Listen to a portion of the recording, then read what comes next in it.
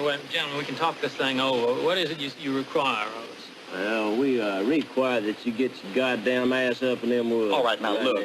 You get with me. Much too beautiful to be a model. And a nightmare. Somebody call the cops!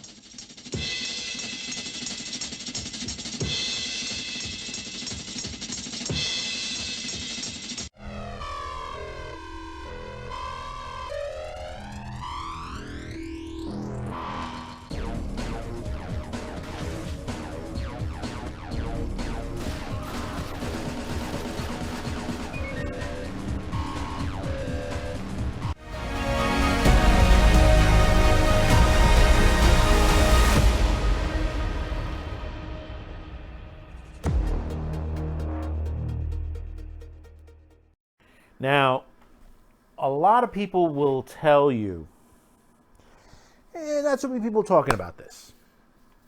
And you're right, there isn't been that much, but there's still, the criticism is still there. A lot of them want to hide this, like Anime News Network, who has been pretty much silencing anybody who talks about this series. And the series we're talking about is Anime Redo the Healer. And if you've been under a rock, Redo the Healer happens to be a controversial anime that is out now, that a lot of people are saying, well, it's sort of hentai, or it is hentai. It's very graphic in its nature. You could say that. You could say all that. But let's break this down. You have an anime here. We've gone through, and I've waited for a couple of chapters to go by. We've gone through 6 episodes of it.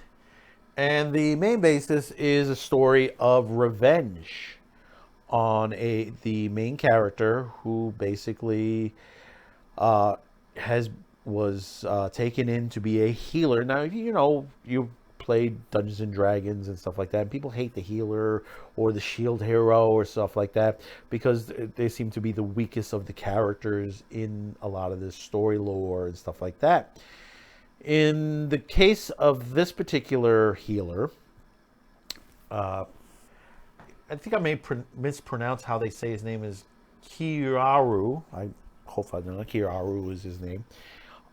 We start off in the future where they're battling some demon lord and stuff like that, and basically Kiaru happens to defeat the demon lord after everyone's been knocked down and everyone's crying out, you know, that basically they're being told to heal these people so they can get back into the battle, and he refuses, takes out the demon lord, and creates basically a way of healing everyone and returning back in time to the beginning of his story so that he be able to right the wrongs that have been wrong to him.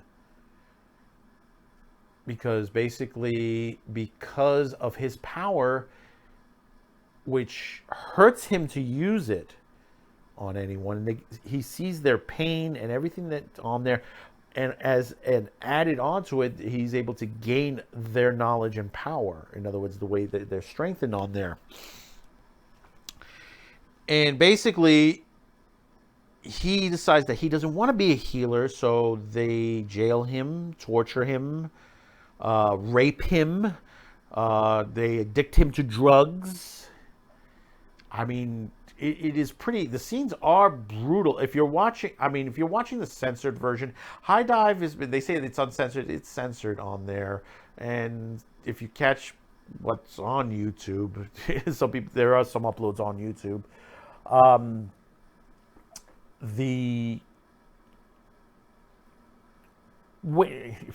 The way it is shown, it is graphic enough to be borderline. I would call it NC-17 if it's a movie. Let's put it in that perspective.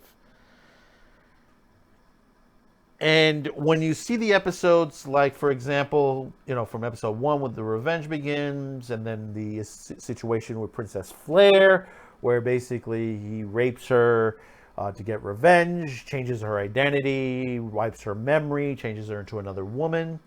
Then he buys a slave, basically manipulates the slave, to get, if he wants revenge, to join him. And basically, you have the situation, that there's a three-way situation in another episode.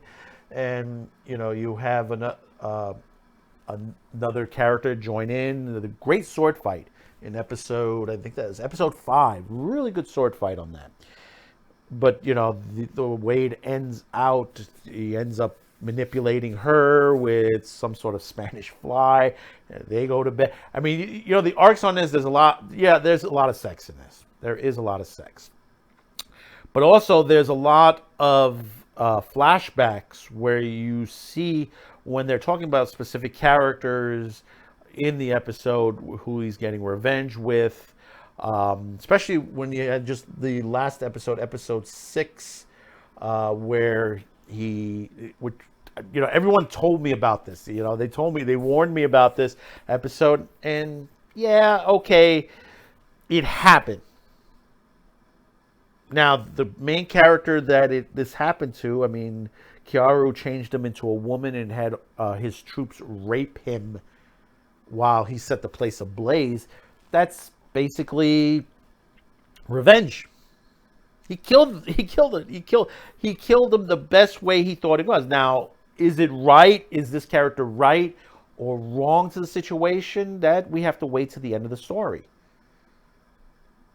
There is no right way of revenge. Revenge is revenge. It depends on how deep, how far into the dark side you want to go with this. And the reason we talk about this and why we bring this up with Redo the Healer, and people scream at it, is, oh, it's hentai and all that.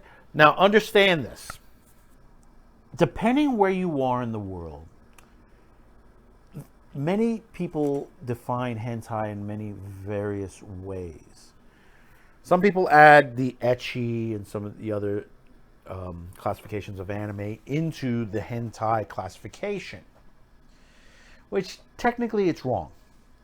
Now, it's the same way as if you're looking at the ratings in the United States: PG, PG-13, R, NC-17, X rating, and which technically there isn't an X rating anymore. It's, there used to be X, and technically it's not. It's it's adult. It's porn. They tell you it's porn.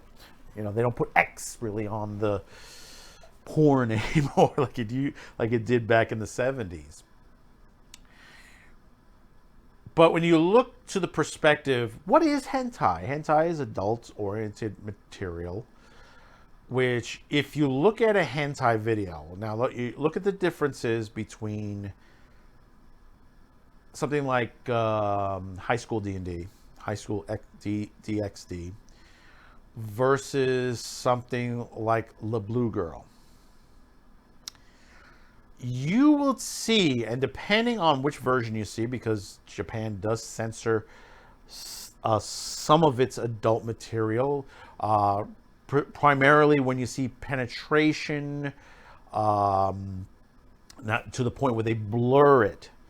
Now, there are versions in the West, here in the West, that you get uncensored versions of it, but generally, when you're seeing the privates, penetration into the privates and stuff like that, that will be considered more toward the hentai, even in the pornographic. That's why tentacle hentai was born, because of that. Because basically they couldn't do it that way, so they did it with tentacle monsters.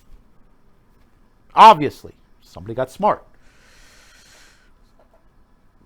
But generally, you see stuff like Bible Black, you'll see, La Blue Girl and stuff like that. Those are hentai, because basically there are scenes, even though there are stories, there are, some people do like Bible Black, because there is a story in there, La Blue Heaven. When you look at some of the pornography out there, American pornography, and you say, it's just pure sex and stuff like that. Yeah, you're right, there it is. But believe it or not, and I've been on that end because of my early days in the business. There were companies that made pornography that had stories behind them. A lot of them were created by women. Back in my day, when I started, there was a porno actress, Candida Royale. She made her own company. The company I worked for was the production house that we got the main reels. We put it on videotape and stuff like that. All her stuff was romantic videos, stuff that technically you would see on Cinemax or Skinemax, but her versions, they were stuff that was the NC-17, and of course the stuff that had full penetration and stuff like that. I think it was Three Daughters. One that comes to mind is one called Three Daughters and stuff like that. Goes to show, been in this business a long time. But you have had these situations when you look into the percentage, and going back to hentai, you have variations. You have variations on there. Now, if you look at Redo the Healer, and you look at the way it's shot, the way the content, yes, it is a borderline. It is a borderline. Now, the difference is with the where it may fall full hentai is that there is no penetration. There's not really penetration. You see it from certain angles and stuff like that, but you don't really see what's going in, what's coming out, certain things that are going on. Depending on what you're watching, the censored version or the uncensored version, however the variation. The violence level, it is high in this show. And obviously, there have been many different animes and stuff like that that are very violent in their nature. You can go toward Ninja Scroll, which happens to be a great anime. And has a rape scene in it as well in that series, but is very violent. One of the early days of the mangas from the 80s and 90s. Great. The TV series a little different, falls a little different than the anime. There's a couple other ninja ones, not to be confused with Ninja Scroll. Some people do confuse them. We're going to talk that on another episode. I want to break that down one day for you. And there are others, and I'll give you an example, stuff that is pretty rough as far as for a anime that had rape in it, which would be, depending on the version you saw, would it borderline as well. Is in 1998 there was a Japanese anime called Kite, which also had a sequel to it, and the sequel wasn't as graphic as the original. It was graphic in the violent way, but not in the sexual way. Kite, and I'm not talking the Samuel Jackson version. Yes, there is a live action version of this movie starring Samuel Jackson, and believe it or not, toward the storyline itself does not fall into the category the way the anime went. And if you don't know on there, it's basically Kite. She's Sawa. She's a orphan teen. Basically, she saw her parents murdered. Basically, she turns into like an assassin. But she's raped herself in the series. She's considered underage, and one of the people that is basically working with her, which technically would be the Samuel Jackson role, has a sexual relationship with Sawa. Now, there are two versions of it. There is a special edition that basically that is uncut and basically has all of those scenes and stuff like that. The rape scenes fully on there, whereas the other editions you might see online doesn't go that far.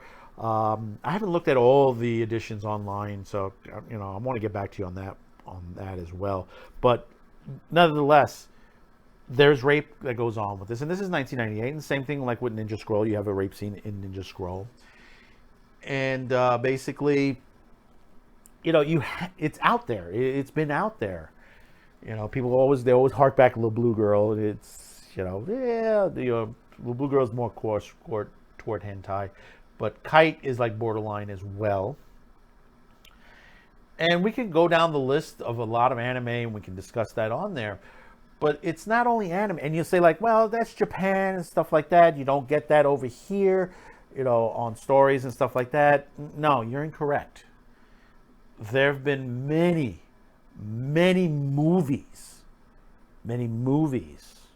Some TV series here and there. TV series haven't been as graphic because, of course, it's on TV. But there have been many movies that have been made that have been portrayed for revenge, rape, and stuff like that. It's all variations that have been coming through for decades that have had it. You can hark back one for you sci-fi buffs. The Roger Corman movie, Galaxy of Terror, from 1981. You might say, wait a minute, Zane. Galaxy of Terror? There's a rape scene in Galaxy of Terror? Oh, yes, there is. Even the reviewers, they've pointed this out. When this movie came out, I think one of the people, I forgot which reviewer it was, he was very explicit in he put out a book of reviews of movies and stuff like that, and he was very explicit on this because of that particular rape scene. And I'll tell you this, I won't show it. You go ahead and watch it yourself.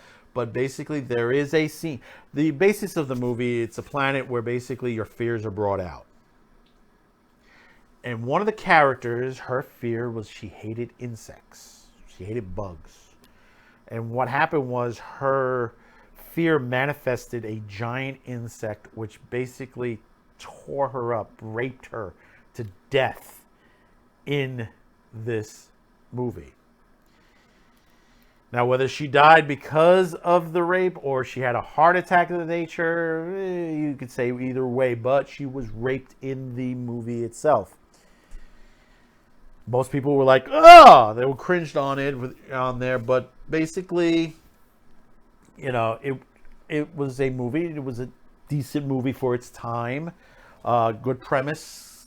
I mean, you had early actors as Robert Englund starred in the movie itself.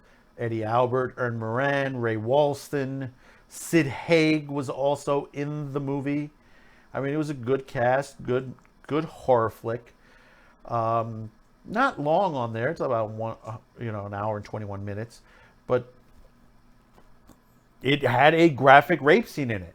Most people don't realize it. How graphic? In between. But still, it's a rape scene. But also, you've had many others on there. I mean, you can go back to a movie called Miss 45, which was 81. Basically starring Zoe Lund. And that was a woman who was not raped once, but twice in the film, and goes out on revenge on a killing spree of people in the movie. This happens to be one of those that basically was a good movie for its time, very controversial, but was decently made. Actually, you can watch it on... Wow, wait a minute. I'm looking online. It's on Pluto. Wow, Pluto's playing it. They probably have it in their catalog on there. Pluto, you can watch. There are movies that you can sit there and watch on there. Tubi had it for a bit, but actually, Tubi still has it. My mistake. Tubi still has that, so you can catch that. I mean, if you want to catch on there the trailer, you can watch it. I mean, it's sort of like a female version of Death Wish in a way. You could say it that way. And it happens to be a decent movie, but like I said, girls raped twice. Another film, and this film has been done several times since the 70s, since 78, since its original inception in 78. It's gotten several remakes and sequels to it in the current atmosphere, 2010 and current. And that's I Spit on Your Grave. And the original movie was banned at certain points in certain countries because of its content. The main storyline is a woman's raped. She ends up surviving her rape, and she goes on a revenge killing spree. And it is just brutal.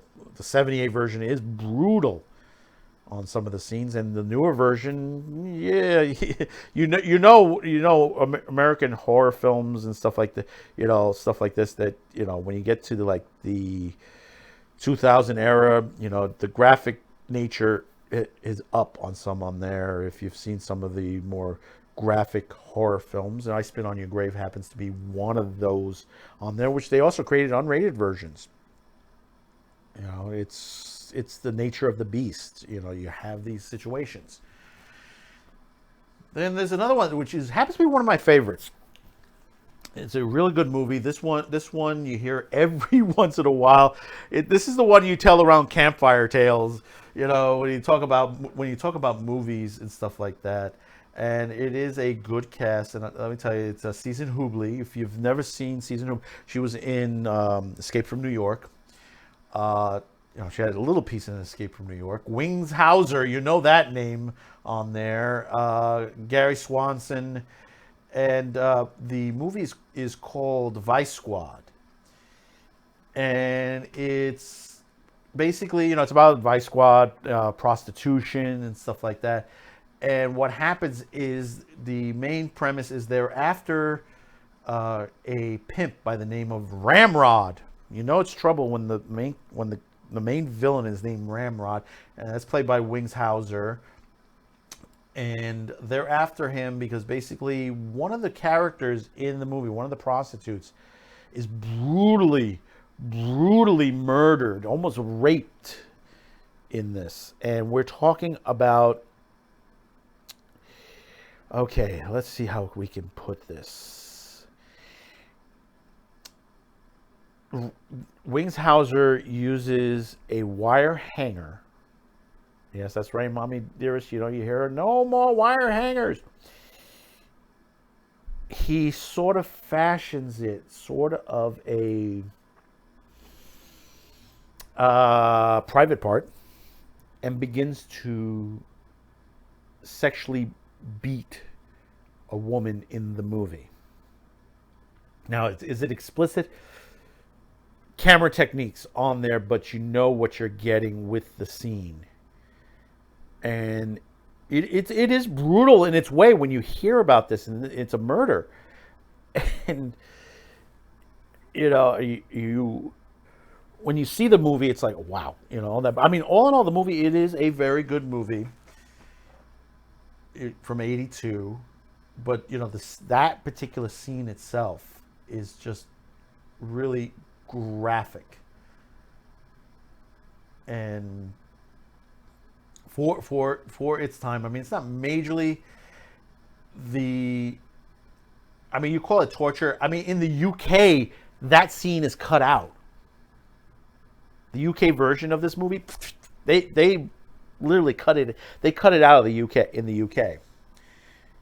And I know a couple other places on there.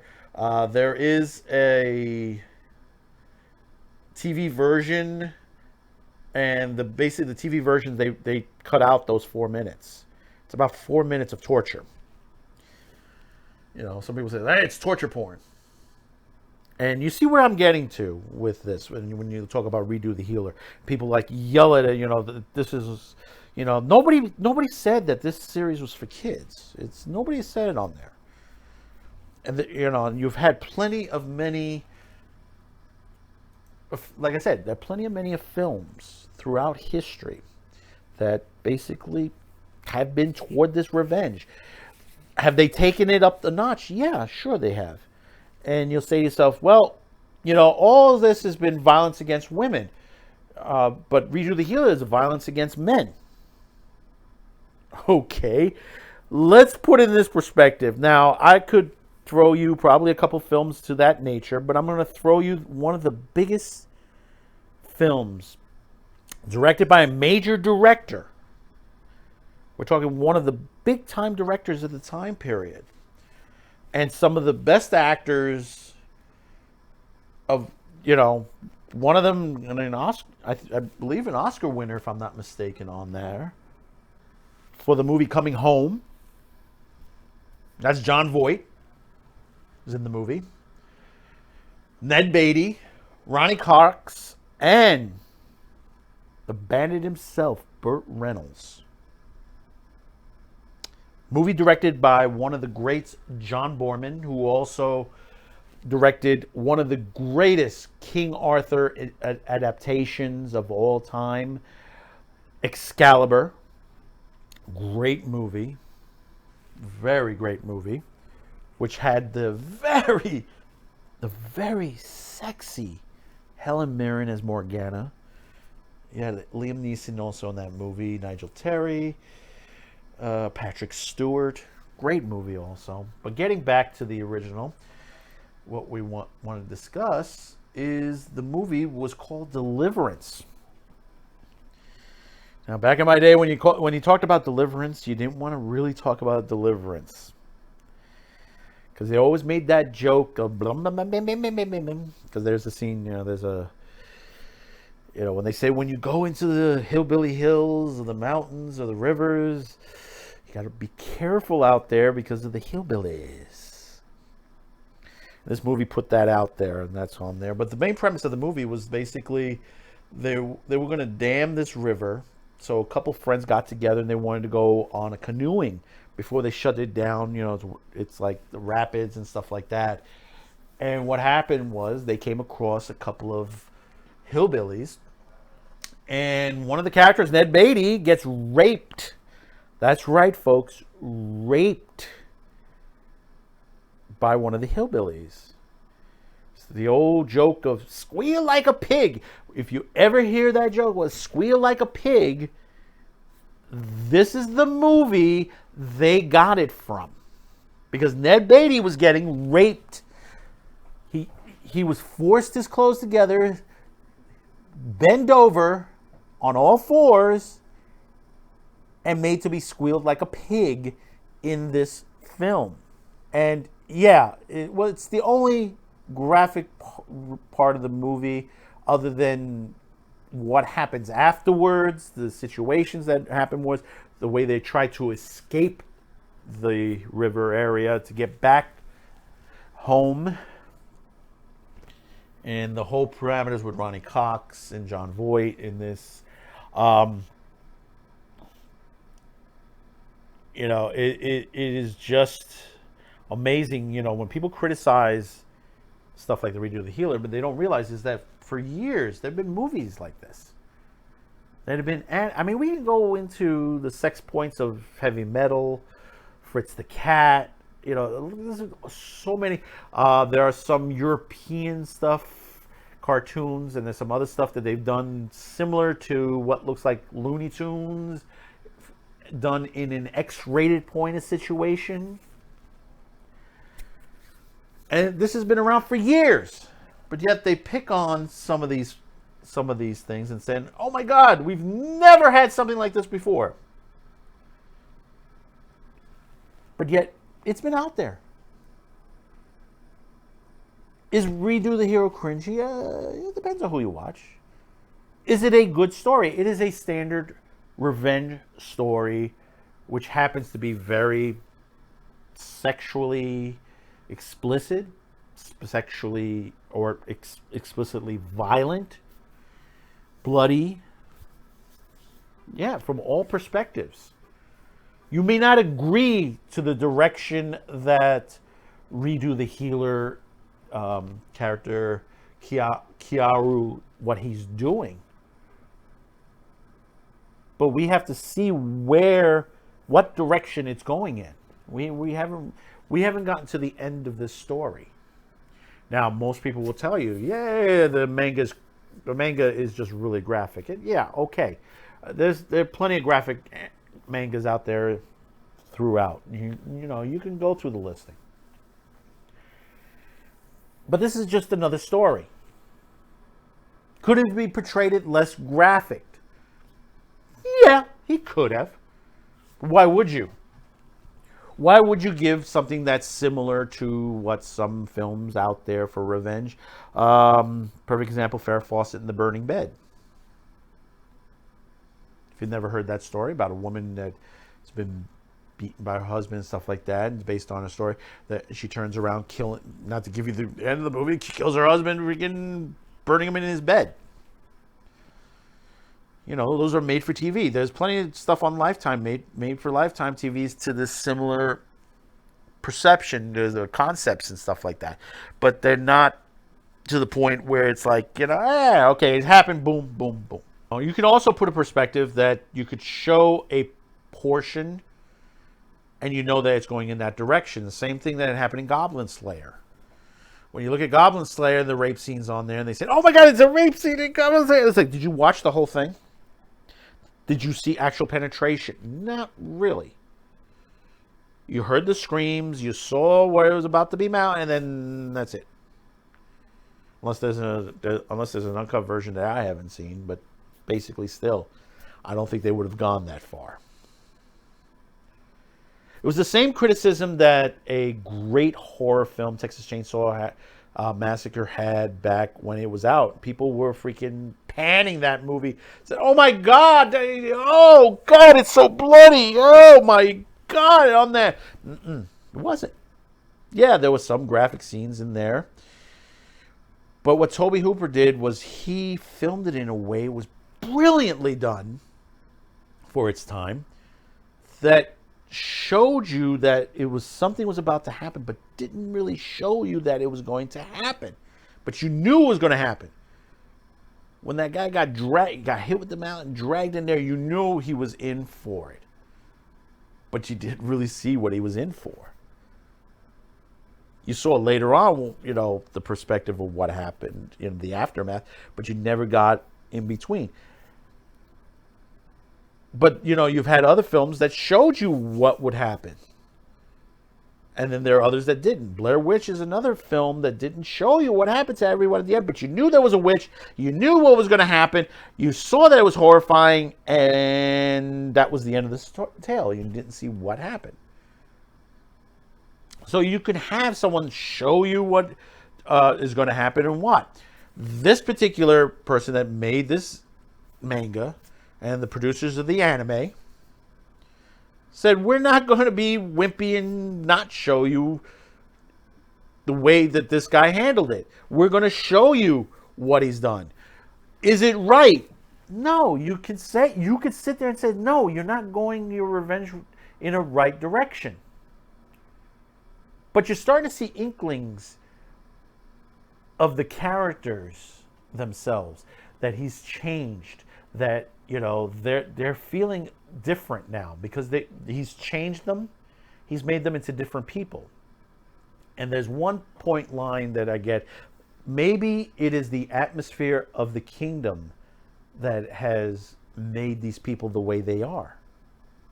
And that's something that basically we have to wait more episodes to see if that is the target direction. Maybe it's the evil of the kingdom itself that have driven these people to the way they are. You know, that is the perspective sometimes. The atmosphere, what is to be, you know, how are you raised, how are you, you know, what is the attitude you have, the people, how are you treated around by many various amount of people. Did they drive you to do this, drive you to be this way? And in the case of Chiaro, yeah, people drove him into this. He, you know, if you take it from, and I'm not a psychologist, if you take it from a psychological point, he was driven into madness because of what he's done, and he's gone back to resolve it in the best way he can do it. It may be wrong, but that is what he's going to do. It's not going to stop him. Maybe something in the end, he may change for the better, or he may deep down and become the real big villain in the end. That's the story. What's the old saying? That's the story, Jerry. If you remember those old commercials. That's the story, Jerry. That's the story. But it's that's the way the tale is being told. If you don't like it, you don't have to watch it. You don't have to watch the graphic nature. There is censored versions of it. But then again, you don't have to watch Redo the Healer. I'm going to continue to watch it. It is an interesting story. Yes, it's graphic. Yes, there's sex in it. There's rape. Rape from both male and female. There's torture. But that's a story. There are many stories of this nature. And you say, well, you know, you don't get that in novels and stuff like that. Okay.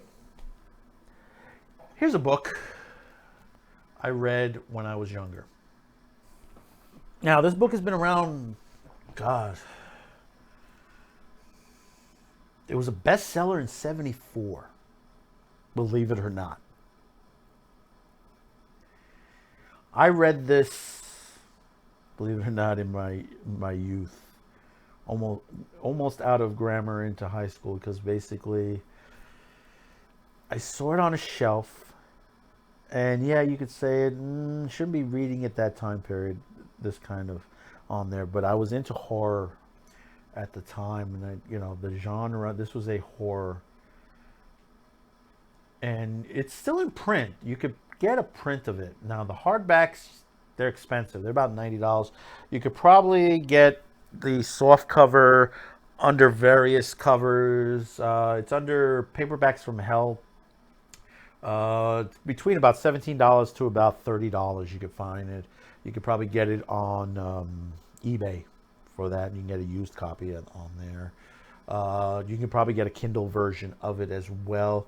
It's called Let's Go Play at the Adams. Now, the main premise of this, and you'll say to yourself, well, why did this happen? Where are the parents on it? Basically, the pair of parents went away, and they hired a babysitter to watch the kids.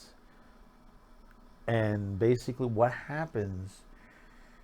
Spoilers. Spoilers? What spoilers? Is that the babysitter wakes up one morning and she's tied up. And throughout this novel, she is tortured and raped. Now, I'm going to give you a bit of a spoilers. The kids make it out clean from this story. I'm not going to tell you how. But basically, to the premise is that they literally raped and tortured. They didn't fare well for Barbara, which is the main character in this book. And it is a horror to what she has. But this is a novel that, you say to yourself, some people will tell you it's psychologically disturbing. It is a disturbing book, and it's true. It is a disturbing book. And you look at today with Redo the Healer with the manga, it's not uncommon. You'll see stories of this nature. It's not uncommon. It's nothing new. There are some things that are, you could say it is a different take. But we'll end with this, saying that you can't criticize it without criticizing everything behind it. If you don't like it, don't read it. Don't watch it. Don't listen to it. Other people would enjoy this nature, and that it doesn't mean that they're bad people. My wife loves horror. She loves zombie flicks. The gorier, the better. And you may say to yourself, she must be a bad person. No, my wife is a mezzo-soprano singer, a very good singer, a very good person. She has a son and a grandson. I'm glad to have them. I am glad that they are in my life. And, she's, like I said, she's a nice person. She's very nice, and I love her. You know, and I love my wife. I love my wife. She's great to me. I'm great to her. And like I said, she watches horror. That's what she does. Before she went to work, she watched a horror film today. You know? So when you look into a perspective, when you say, this is a cringy, that, look at what other people have said about it. Look what other people have watched. You'll be surprised. And look at the history of things. You'll be surprised what's out there. You'll be surprised. And there's so many films I could have mentioned, so many animes, cartoons, and I didn't mention it. I could have even gone into video games. Yes, that's right. There are video games out there that depicts rape and murder. Some of them have been up on subcommittee meetings in Congress back in the 90s. But that's a story for another time. So if you've made it to this part of the video, thank you for watching. Don't forget, if I basically earned it today, don't forget to hit that subscribe, like, share this video, and hit that notification bell. Thank you again for watching. Thank you for understanding. And be sure to leave a comment below on what you think of Redo the Healer. Don't be graphic about it. Just be sensible. You know. I know a lot of my viewers, subscribers, and non-subscribers have left great comments. Some of them, little up there in language, but hey, listen, we can filter that out. So until next time, thank you for tuning in, and we'll see you. Bye-bye now. That's the story.